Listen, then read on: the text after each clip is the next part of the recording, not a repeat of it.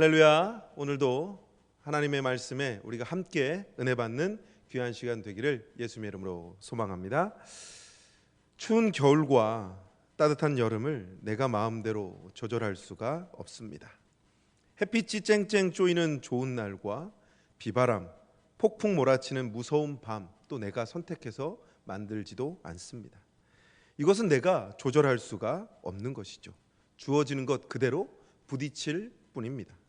문제는 내 인생이 이런 형통의 때 우리 하나님을 어떻게 만나야 되는가? 또 우리 예수 믿는 사람은 우리가 당하는 여러 시험 앞에 내가 믿는 하나님은 어떤 분인가를 삶으로 고백할 수 있어야 합니다. 하나님은 그냥 존재하시는 분, 우리의 생각 속에 계시는 분이 아니라 내 모든 삶의 환경 속에서 함께 하시는 하나님이십니다. 그렇다면 우리가 믿는 하나님은 어떤 분일까요? 아마 그것은 우리가 당하는 여러 시험과 환난 속에서 내가 믿는 하나님이 누구인가가 더 확실하게 보여지는 것을 경험할 수 있습니다. 오늘 우리가 함께 읽은 이 말씀 속에서 하나님의 자녀들이 시험 당할 적에 하나님은 어떤 분인가를 고백하고 계십니다. 오늘 성경 본문에 우리가 믿는 하나님은 미쁘신 하나님이라고 기록하고 있습니다. 영어 성경에서는 이것을 faithful이라고 기록하고 있는데요. 미쁘신 하나님. 그래서 우리로 그 모든 어려운 시험을 감당케 하시는 하나님, 이것이 오늘 말씀의 대전제라고 보시면 됩니다. 다윗은 시편 46편의 말씀을 통해서 우리에게 이렇게 하나님을 고백합니다. 하나님은 우리의 피난처시요 힘이시니 환난 중에 만날 큰 도움이시라. 그러므로 땅이 변하든지 산이 흔들려 바다 가운데 빠지든지 바닷물이 솟아나고 뛰놀든지 그것이 넘침으로 산이 흔들릴지라도 우리는 두려워하지 아니하리로다. 하나님 때문에 두려워하지 않는답니다. 하나님 때문에 문제를 해결할 수 있게 되는 것입니다. 하나님 때문에 합력해서 마지막 선을 이루는 놀라운 결론을 가지고 사는 우리가 축복된 인생이라는 것입니다. 그렇다면 모든 환난에서 능히 나로 감당케 하시는 신실하신 하나님, 그분을 믿는 믿음 아래 사는 사람들은 그 닥친 환난을 어떻게 대해야 할까요? 내가 이 땅에서 살면서 하나님의 백성답게 살지만 그런 시험들이 닥쳤을 때 나는 어떻게 해야 될까요? 오늘 말씀은 이렇게 기록합니다. 첫 번째는 우리가 당하는 시험은 이미 아는 시험이랍니다. 시험이 사람이 감당할 시험밖에는 너희가 당한 것이 없다. 오늘 문맥은 완료로 끝내고 있습니다. 말의 결론이 이렇습니다. 우리는 당했던 시험만 당한다는 말이죠. 많은 사람들이 절망하게 되는 이유는 어려움을 당하게 될 때 세상의 이 모든 어려움을 나 혼자 당한다고 생각하는 것이에요. 그러니까 어려움을 당하면 이건 다른 사람은 겪어본 일이 없고 나만 겪는다는 거죠. 그런데 오늘 말씀을 보게 되면 그것이 아니라 역사 속에 이미 누군가 내가 당했던 시험을 당한 적이 있다는 겁니다. 다른 사람이 당했던 그 시험이 내게 온다는 말이죠. 나에게 닥친 시험 그렇게 별로 새로운 시험이 아니라는 겁니다.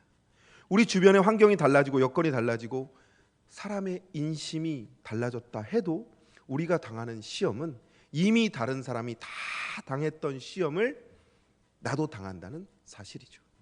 아무도 안 당해본 시험을 나 혼자 당하는 시험 없습니다.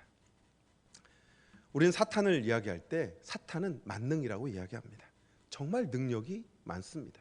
우리가 넘어지는 걸 보면, 아니 믿음이 참 좋다고 생각하는 사람들 픽픽 쓰러지는 걸 보면 사람으로 사탄을 이길 수 있는 사람은 없습니다. 그러나 사탄이 전능은 아니죠. 전능은 오직 하나님밖에 없습니다. 그리고 사탄은 갖은 잔꾀가 있고 도무지 늘 우리를 어지럽히는 새로운 생각으로 가지고 나오는 것 같은데 사탄은 창조를 못합니다. 창조는 오직 하나님께만 있습니다. 하나님만 창조하십니다. 사탄은 우리에게 속삭이죠. 이 어려운 시험은 너 혼자만 당하는 시험이라고 우리의 귀에 계속해서 속삭입니다. 그리고 속이죠. 마치 자기가 만들어서 우리를 힘들게 하는 것처럼 다그치기도 합니다. 그 말을 듣고 우리는 생각을 하죠. 그리고 절망합니다. 그래서 좋지 않은 결과를 당하는 사람들이 많습니다. 다시 한번 말씀드리지만 신실하신 하나님 안에서 우리들은 이 세상에 살면서 누군가 당했던 그 시험만 당합니다.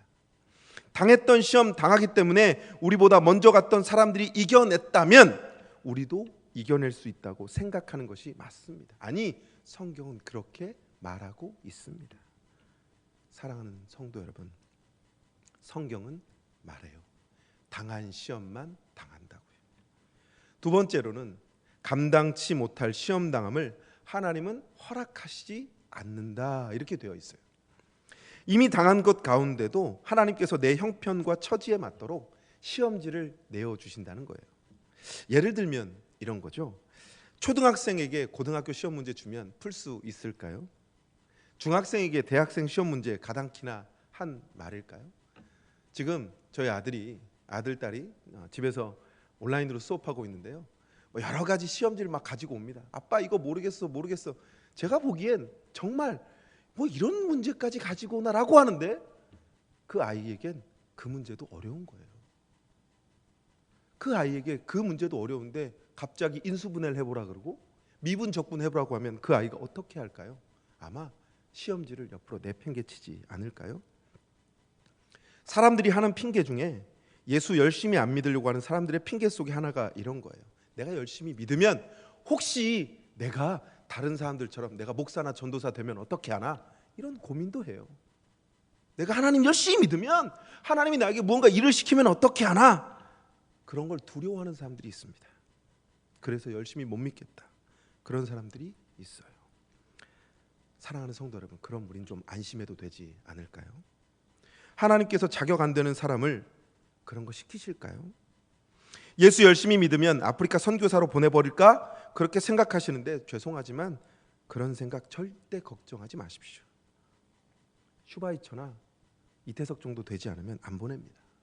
사랑하는 성도 여러분, 우리 하나님은 우리 앞에 당한 시험, 학원에 가면 자기 수준에 맞는 반으로 보내기 위한 평가라는 걸 하잖아요. 하나님도 그 평가에 맞춰서 내 그레이드에 맞도록 정확하게 시험을 내시는 분이 하나님이십니다. 하나님이 듣도 보다 못한 시험을 나에게 주시는 게 아니라 내가 당할 만한 그 정도, 그러니까 어떤 사람은 그 시험을 넉넉하게 이기는 거예요. 어떤 사람은 좀 고통스러울 수 있습니다.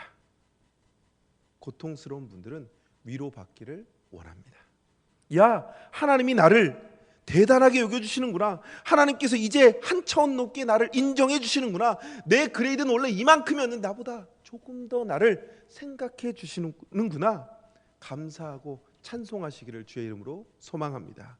그래서 믿음의 사람들은 환난 중에 기뻐하며 이렇게 얘기하죠. 환난아, 내게 한번 덤벼봐라. 이때야말로 나를 도우시는 하나님이 얼마나 위대하신가를 내가 보이겠구나. 하나님께서 내 인생에 주시는 시험을 내가 이렇게 멋지게 그분의 은혜를 힘입어서 돌파하는가 보여줄게. 혹시 힘드십니까? 하나님을 보시기를 소망합니다. 찬송 가운데 이런 찬송이 있어요. 괴로울 때 주님 얼굴 보라. 위로와 힘이 되신 주님. 이렇게 고백하고 끝나더라고요. 괴로우세요? 힘드세요? 주님 얼굴을 보시기를 소망합니다. 당신을 도와서 그 일을 능히 해결하도록 더 튼튼한 인생으로 세우시는 주님의 얼굴을 보십시오. 주께서 우리에게 이미 당했던 시험만 주시겠다고 말하고 계십니다. 그러니까 자세히 살펴보면 답안지가 내 옆에 있는 거예요. 해설지가 내 옆에 있다는 말입니다. 그런데 그것도 그냥 주시는 것이 아니라 내 형편, 내 처지에 맞게 시험을 주신다는 거죠. 내 신앙의 그레이드에 따라서. 세 번째로는 그럼에도 불구하고 내가 감당치 못해서 쓰러질 때 우리 하나님은 피할 길을 내신다, 이렇게 말하고 있습니다. 오늘 말씀엔 피할 길을 내사, 이렇게 되어 있어요. 이스라엘 백성들이 생각하는 그 길이 하나 있습니다. 그것은 앞에는 홍해가 넘실거리고 있고 입을 벌리고 삼키려고 들고 뒤에는 애굽의 대군이 완전히 둘러싸서 내리쪼이는 태양의 섬광을 바라는 창검 또한 무서운 공포 앞에 서 있는 것. 이스라엘 사람들은 하나님께서 지금 자기들을 버리셨다고 생각하는 거죠. 그들은 하나님이 계시지 않는 것처럼 외쳐대기 시작했습니다. 모세야, 네가 죽을 장소가 없어서 여기까지 우리를 데려왔느냐? 팡성대곡하죠. 하나님께서 그들을 끌어내실 때 수장하려고 애굽의 거대한 세력을 이기셨겠습니까?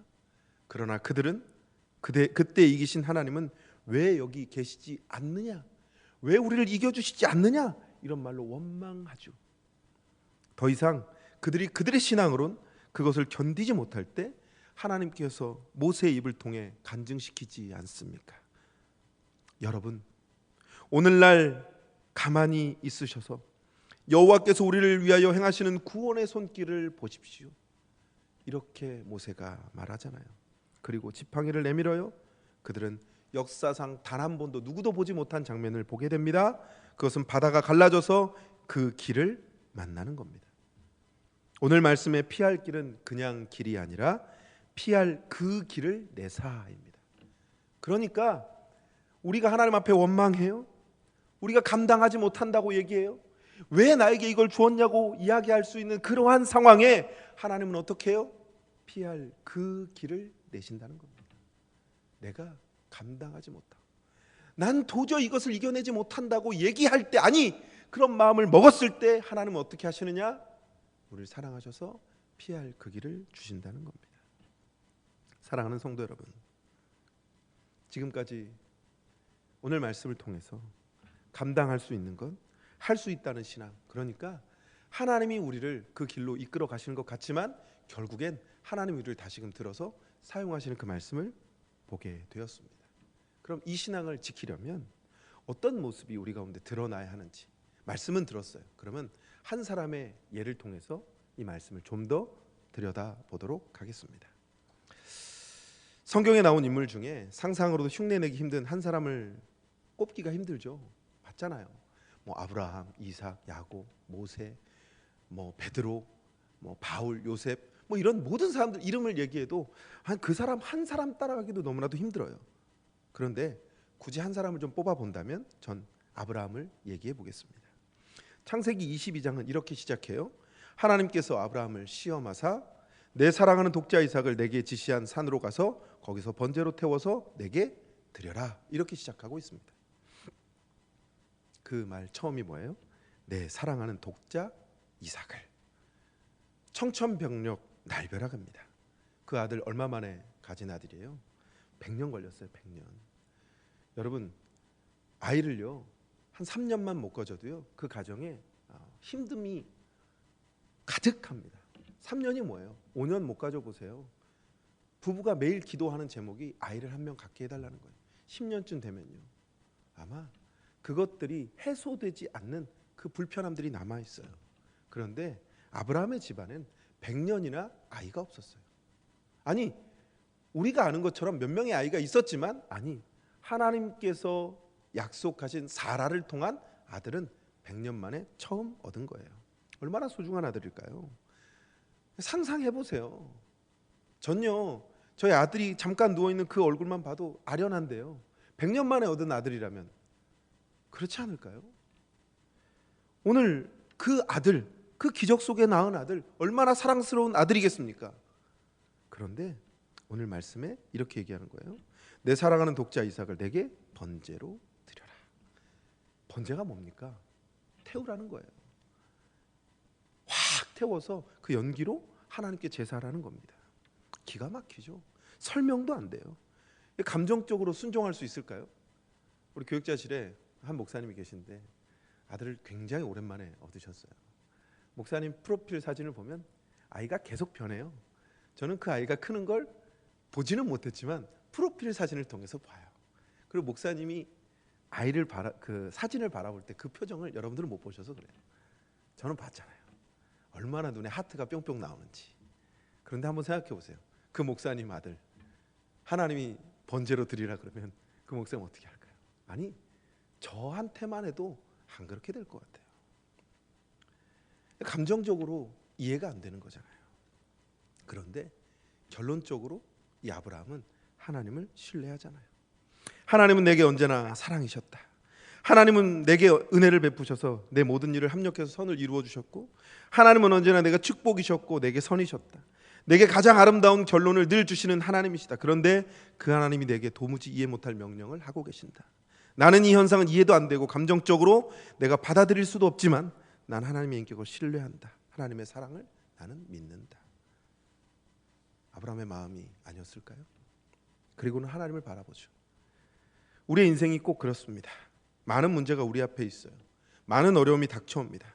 그때 내가 하나님을 보느냐, 눈앞에 있는 현상을 보고 거기에 주저앉느냐, 이렇게 나뉘게 됩니다. 아브라함은 전자를 따랐습니다. 하나님을 보자.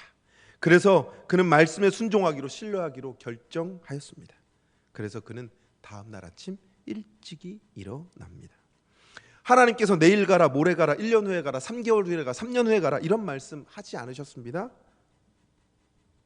그런데 그는 자기 삶의, 아니 자기 인생의 연약을 알고 있었습니다. 한국말로 작심? 작심 며칠, 이렇게 될 수도 있기에 하나님께서 말씀하자 그는 오래가면 이 일을 할 수 없는 줄 알고 아침 일찍이 일어납니다. 여러분, 사랑하는 아들을 영혼으로 떠나보내려고 들 때 얼마나 같이 있고 싶을까요? 그럼에도 불구하고 아브라함은 하나님의 뜻인 줄 알자 아침 일찍이 일어나, 이렇게 얘기합니다. 우리가 하나님을 만나고 하나님의 축복을 누리지 못하는 많은 이유는 이런 겁니다. 지체하는 것. 차차 하자, 내일 하자, 조금 있다가 하자. 그런데 믿음의 선배들은 이렇게 말합니다. 지체는 또 하나의 불순종이다. 두 번째입니다. 아브라함은 순종하기 위해서 누구와도 얘기하지 않습니다. 자기가 하나님의 앞에 말씀을 들었어요. 그 말을 가지고 의논하지 않습니다. 우리 같으면 어떻게 할까요? 누구든 데리고 오자. 아니, 제일 가까운 아내 사라를 불러서 이야기해야 되지 않을까요? 그런데 사라도 부르지 않고 있습니다. 왜요? 혹여나 사라와 이야기하다가 마음이 흐트러졌을 때, 그 마음이 흐트러졌을 때 그것들을 다시 주워 담기가 힘들다는 것 아브라함은 알지 않았을까요? 그렇기에 쉽지 않은 일이지만 아브라함에게는 결단이 필요했습니다. 세 번째는 사흘 길을 걷죠. 사흘 길을 가게 하세요. 내 순종이 사흘 동안에 정말 변하는 순종인지, 화난 김에 그냥 했던 순종인지 3일 길을 걸어갑니다. 그 광야길, 황량하기 짝이 없는 그 길을 걸어가는 아브라함. 황량한 광야길, 그러나 자식을 주기로 길을 걷는 아비의 마음보다 더 황량한 게 없지 않을까요? 적막하지 않을 겁니다. 그런데 저 멀리 모리아산이 보이죠. 옆에 있는 하인들에게 말해요. 얘들아, 너희는 여기 있어. 내가 사랑하는 이삭과 함께 제사하고 같이 내려올게. 성경 본문이 우리말로는 좀 표현이 조금 작아요. 그런데 히브리어에는 같이 온다라고 복수로 되어 있습니다. 혼자 온다고 안 돼 있어요. 자기도 모르는 일이었겠죠. 그러나 모르지만 하나님께서 이 아들을 통해서 하늘의 별처럼 바다의 모래처럼 채우실 것을 믿었기 때문에, 설명이 안 되지만 그 하나님의 인격을 믿으니까 그렇게 얘기했을 수 있습니다. 그런데 그 같이 갔던 하인들 데리고 올라가면 어떤 일이 벌어질까요? 노구의 아브라함이 열심히 단을 쌓아요. 아들을 묶는 것까지 이해할 거예요. 그런데 갑자기 칼을 들고 아들을 찌르려고 하는 그러한 일이 닥쳤을 때 옆에 있는 하인들 어떻게 할 거예요? 우리 주인이 왜 저러나? 무슨 퍼포먼스를 하는 걸까? 아이고, 드디어 노망했네. 아이고, 큰일 났네. 치매구나. 붙잡지 않을까요? 이 아브라함에게는 이런 모든 것들이 다 계획에 있었던 거죠. 아브라함은 계획이 있었던 거예요. 사랑하는 아들을 데리고 올라갑니다. 들어 올립니다. 성장한 아들 들어 올리죠. 사랑하는 자식을 죽여야 되는 아비의 마음보다 뭐가 더 무거울까요? 칭칭 묶어서 올렸는데 가슴을 펴요. 아들은 더 가슴을 내밀고 그 모든 것들을 겸허하게 받아들입니다. 전 성경을 읽을 때마다 이 장면이 참 부럽습니다. 정말 부러워요. 내가 믿은 믿음을 내 아들도 동일하게 믿는 믿음이 전수되었다면, 그리고 우리 하나님은 아브라함의 하나님이고 이삭의 하나님이라면 그렇게 할 수 있지 않을까요? 사랑하는 성도 여러분, 이 세상에 어떤 큰 축복이 있을까요? 집에 돈이 많은 거, 네, 저도 부럽습니다. 가정이 더 윤택해지고 더 평화로워지는 거, 모든 것이 더 많아지는 거. 그러나 오늘 말씀을 조금 읽다 보면 이런 생각이 들어요. 나만 하나님의 말씀에 순종하는 것이 아니라, 하나님만 신뢰하는 것이 아니라 내 사랑하는 아들도 같이 신뢰해서 순종의 제단으로 드려지는 이 축복, 나만이 아니라 아들도 그것을 받아들이는, 그 모든 것을 이해해 줄 수 있는 그 복, 그것이 정말 복이 아닐까요? 그런 마음을 뒤로 하고 마지막으로 아브라함은 칼을 뽑습니다. 사랑하는 아들을 향해 힘차게 내지르기로 작정하고 손이 나가죠. 결론의 순종입니다. 이 결론의 순종을, 지금까지 순종했던 모든 순종이 이 결론 때문에 완전히 살아납니다. 반대로 마지막 결론의 순종이 잘 되지 않으면 지금까지 순종했던 모든 순종이, 아니 했던 것이 모두 무효가 됩니다. 많은 그리스도인들 처음에는 순종 잘합니다. 하나님의 말씀대로 살려고 노력합니다. 따라갑니다. 그런데 마지막 결론의 순종을 하지 못해서 모든 생애를 무효로 돌리는 경우가 얼마나 많습니까? 아브라함은 사랑하는 아들을 향해서 칼을 그 심장에 꽂기 위해서 내리쳤습니다. 아니, 지금 칼을 들어 올렸습니다. 아브라함은 하나님을 신뢰하고 있습니다. 아들을 죽이지 않을 걸 아는 게 아니라 어떻게 하든지 그 모든 것이 하나님의 방법이라고 생각하고 아브라함은 칼을 들었습니다. 이제 공이 넘어갔습니다. 아브라함에게 힘이 있는 것이 아니라 이제 공이 완전히 넘어갔습니다. 이 말씀을 읽을 때마다 하나님의 급하심이 떠오릅니다. 왜요? 공이 넘어갔잖아요. 이제 급하신 것은 하나님이죠. 서두르지 않는 하나님이 그날은 서두르는 장면이 등장합니다. 아브라함아, 아브라함아, 내 아들을 해하지 말라. 내가 나를 향한 믿음이 바로 이 믿음이었다. 하나님은 그 믿음으로 아브라함의 믿음을 확인시켜 주십니다. 내가 진정으로 나를 경외하는 것 하나님은 알고 계셨습니다. 누가 몰랐을까요? 아브라함은 몰랐죠. 아브라함도 그때 깨달았을 겁니다. 아, 신뢰는 이거구나. 아브라함이 그때 그 믿음의 진정한 축복, 아무도 몰라보지 못한 전인미답의 하나님을 향한 신뢰의 정상에 그는 올라서게 된 것이죠. 이것과 좀 대비되는 장면이 하나 더 있습니다. 더 놀라운 사실은 우리 하나님이시죠. 마지막 순간에 사랑하는 아브라함이 자기 아들을 칼로 찌를 적에 마지막 순간에 스톱시키신 하나님, 그러나 2000년 후에 자신의 사랑하는 아들이 십자가라는 나무 지고 골고다 언덕을 올라가는 그 장면에서 하나님은 그저 그렇게 내버려 두셨습니다. 사람들은 조롱했죠. 야, 네 하나님이 너를 구원하는가? 하나님은, 아니 우리 예수님 반드시 보호해 주신다. 그렇게 믿는 사람도 있었을 겁니다. 사람들은 계속 기적을 행하기를 원해서 조롱하고 채찍질했죠. 이제나 저제나. 그런데 십자가에 못 박아 버렸습니다. 그 아들은 힘없이 박혔습니다. 그래도 전능하신 하나님은 십자가 같은 것은 문제없이 짠하고 다르게 더 놀라운 능력을 발휘할 것이다라고 기대했을지 모르지만, 그러나 갖은 침뱉음과 욕설, 머리에 깊이 박혔던 가시 면류관 때문에 줄줄이 쏟아지는 피로 적신 얼굴이 가슴까지 타고 흐릅니다. 하나님이여, 하나님이여, 어찌하여 나를 버리십니까? 사람들은 하나님 부르니 무슨 일이 일어나는가 보다 하였지만 한참 있다가 그의 거룩한 가시관 쓰신 머리가 가슴을 향해서 움찔하더니 떨어지고는 끝이었습니다. 남의 자식 마지막 순간에 스톱시키신 하나님은 우리 죄를 대속하시는 구원의 사역을 위해서 그 아들은 마지막까지 가게 하셨습니다. 이 놀라운 사실을 요한복음 8장 56절엔 이렇게 기록하고 있습니다. 너희 조상 아브라함은 나의 때 볼 것을 즐거워하다가 보고 기뻐하였느니라. 사랑하는 성도 여러분, 이러한 장면을 바라본 사람이 누구라고요? 아브라함이 바라보았습니다. 이러한 장면을 바라보며 기뻐하였습니다. 우리는 이 땅을 살아가면서 어찌 보면 하나님이 나를 사랑하시는구나, 그저 맹목적인 이야기를 할 수도 있을지 모르겠습니다. 아니, 그렇게 하며 살아가고 있는 것이 저인 것 같습니다. 그러나 정말 하나님의 그 은혜를 경험하는 것, 하나님이 우리를 어떻게 도우시는지 바라보는 것. 왜 성경은 아브라함의 예를 들어가며 이삭의 예를 들어가며 왜 예수님을 들어가며 우리에게 이 말씀을 하고 계실까요? 왜 이 말씀이 우리에게 오늘도 증거되고 있을까요? 하나님이 나를 사랑하셨다. 하나님께서 마지막까지 당신의 아들을 죽게 하심으로 우리에게 구속의 은혜를 베푸셨구나. 이걸 절감하게 하신 거죠. 아브라함은 안 거죠. 자신의 아들은 스톱시키셨지만 자신의 아들은 희생시키시는 그 하나님을 안 거죠.